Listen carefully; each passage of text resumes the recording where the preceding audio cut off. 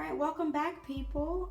If you watched my last tutorial, you saw me literally make a wig from scratch using a homemade stocking cap. You would have to watch my first tutorial and my second tutorial to actually catch up. But anyway, as promised in the second tutorial, I'm going to show you how to make the closure for the wig using just a regular piece of track hair. I'm not going to use the same amount of hair that I would actually use in a closure, just for the simple fact that, well, I'm not making another wig anytime soon, at least not with this texture hair, and I don't want to waste any. Now, as you can see, my hands are still kind of, because I just got done doing the wig for the last tutorial.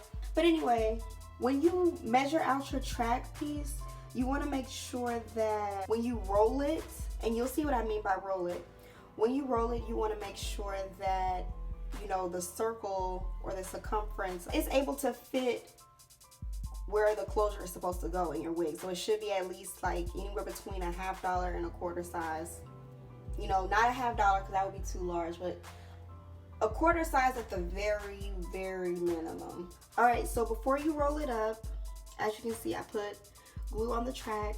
And in this case, you don't want to add too much, but do a little more than you would if you were gluing it to the stocking cap. And you can wait for it to get tacky, or you can just kind of immediately roll it. I'm gonna wait about 30 to 45 seconds. The next step is to start rolling the track. And you're going to roll it, into a circle looking like this. Right, the circle should look like this. So basically this is what the closure will look like when you're done rolling it. This should be about the size of a quarter. All right, so once you're done rolling your closure, it should look like this with the glue drying and all. Make sure you plug in your flat iron. You're going to need this because you have to flatten your closure. Alright, so the glue should be dry on your closure, or at least mostly dry. With the glue like this, you need to flip the closure around and try to find the center of the closure.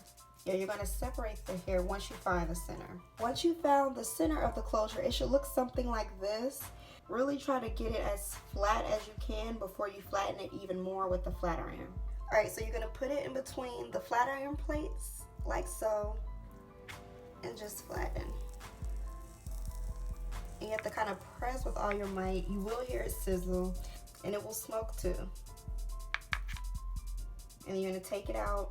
Make sure that you comb your closure, and yes, your closure may need a second round in the plates. Like as you can see, it's a little bit flatter, but this side, like, it's still kind of protruding, so I need to put it back in or back under.